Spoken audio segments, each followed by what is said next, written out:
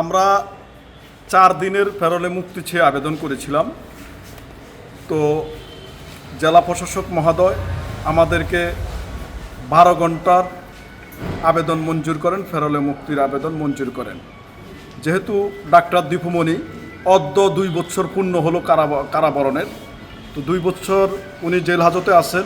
ইতিপূর্বে তার হাজব্যান্ড অসুস্থ ছিল দীর্ঘদিন। আমরা একাধিকবার কারাগারের বাহিরেও সাক্ষাৎ করার একটা অনুমতি চেয়েছিলাম, মিলে নাই। আজকে মৃত্যুতেই একটা প্যারোলে মুক্তি মিলল। তো সেটা আমরা চেয়েছি আগামীকালকে 20 তারিখের জন্যই চেয়েছি। যখন চূড়ান্ত হলো 12 ঘন্টা, তখন আমরা সেই 12 ঘন্টাটা 20 তারিখ সকাল 6টা থেকে এবং সন্ধ্যা 6টা পর্যন্তই সেটা মঞ্জুর হয়েছে।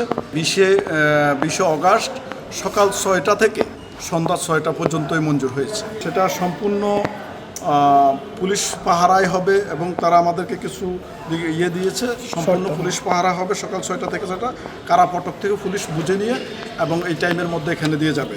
এক আর দ্বিতীয়ত, আপনারা ইতিপূর্বে সারা দেশের মানুষ জানতে চাচ্ছেন যে ওনার জানাজার বিষয়টা, যেটা আমরা ইতিপূর্বে পারিবারিকভাবে সিদ্ধান্ত নিয়েছেন। সেটা হলো ওনাকে ওনার সকালবেলায় ওনার মরদেহ কলাবাগান নিজ বাসভবনে আনা হবে। সেখানে ডাক্তার দীপুমণির সাথে তার প্রথম সাক্ষাৎ এবং ডাক্তার দীপুমণি সেখানেই মরহুম ব্যারিস্টার তৌফিক নওয়াজ সাহেবের লাশ প্রথম সেখানেই দেখবেন।